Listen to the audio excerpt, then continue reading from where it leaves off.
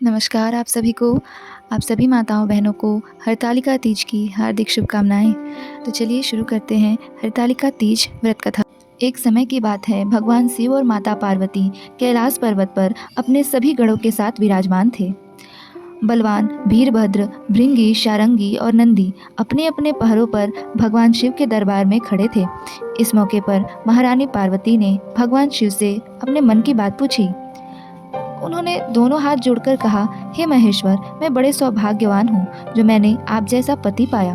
क्या मैं जान सकती हूँ कि मैंने वो कौन सा पुण्य किया है? ये सुनकर भगवान शिव बोले, हे पार्वती, तुमने अत्यंत पुण्य का कार्य किया है। तुमने अनेक पुण्य संचित किए हैं जिसके फलस्वरूप तुमने मुझे प्राप्त किया है। पार्वती, तुमने भादो मास के शुक्ल पक्ष तृतीया का व्रत किया है। यह व्रत ऐसा है मानो तारों में चंद्रमा, नवग्रहों में सूर्य, देवताओं में गंगा, वेदों में साम, इंद्रियों में मन होता है।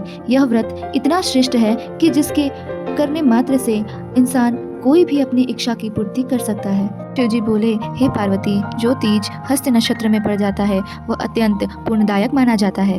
ये सुनकर माता पार्वती जी उत्सुकता से पूछी, हे प्रभु, मैंने कब और कहाँ ये व्रत किया था? इतना सुनते ही भगवान शिव बोले, हे भाग्यवान उमा, उत्तर में हिमाचल श्रेष्ठ पर्वत है, उसके राजा हिमाचल हैं। वही तुम भाग्यवती रानी मैना से पैदा हुई थी।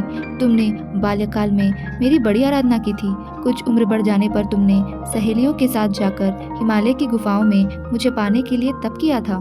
तुमने गर्मी में बाहर चट्टानों में आसन लगाकर तप किया, बारिश में बाहर पानी में तप किया, सर्दी में पानी में खड़े होकर मेरी आराधना करने लगी। तुम पेड़ों के पत्ते खाती थी जिससे तुम्हारा शरीर क्षीण हो गया। यह हालत देखकर महाराज हिमाचल को बहुत चिंता हुई।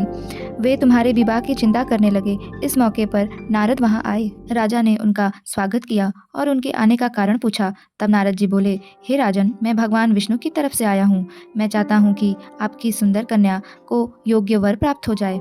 सो मैं बैकुंठ से भगवान श्री विष्णु की तरफ से आपकी कन्या का वरण करने का प्रस्ताव लेकर आया हूँ। क्या आपको ये प्रस्ताव स्वीकार है? राजा अत्यंत प्रसन्न मन से बोले, हे प्रभु, ये तो मेरा सौभाग्य है जो मेरी कन्या को विष्णु जी ने स्वीकार किया है। मैं अवश्य ही उनको अपनी कन्या उमा का कन्यादान करूंगा। ऐसा सुनकर नारद जी बैकुंठ चले गए और भगवान विष्णु को सारी बात बताई। इधर तुम यह सुनकर अत्यंत दुखी हो गई और अपनी सखियों के पास जाकर विलाप करने लगी। तुम्हारे विलाप को देखकर तुम्हारी सखी ने कहा, मैं तुम्हें ऐसी गुफा में ले चलूंगी जहाँ स्वयं महाराज हिमालय भी ना आ सके। ऐसा कहकर तुम अपनी सखियों के साथ एक ऐसी गुफा में चली गई जिसको खोज पाना अत्यंत मुश्किल था। उधर महाराज हिमाचल घबरा गए और पार्वती को ढूंढने लगे।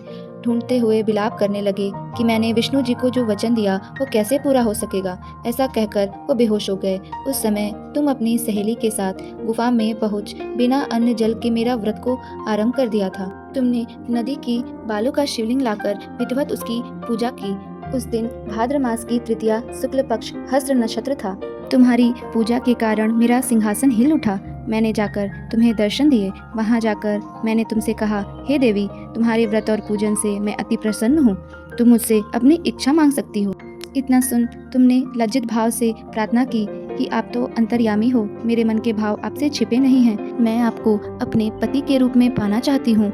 ऐसा सुनकर मैंने तुम्हें एवं अस्तु का आशीर्वाद देकर मैं अंतर्ध्यान हो गया और उधर तुम शिवलिंग विसर्जन करने नदी पर गई जहाँ तुम्हारे पिता हिमालय बाकी नगरवासियों के साथ बैठे थे। वे तुम्हें देखकर अत्यंत प्रसन्न हुए और तुमसे महल वापस चलने के लिए कहा, परंतु तुमने अपने पिताजी से कहा कि हे पिताजी, आपने मेरा विवाह भगवान विष्णु जी के साथ स्वीकार किया है, इस कारण मैं वन में रह रही हूँ और यहाँ रहकर ही अपने प्राण त्याग दूंगी। इतना सुन हिमालय बोले, पुत्री, तुम शोक मत करो, मैं तुम्हारा विवाह भगवान विष्णु के साथ कदापि नहीं करूँगा।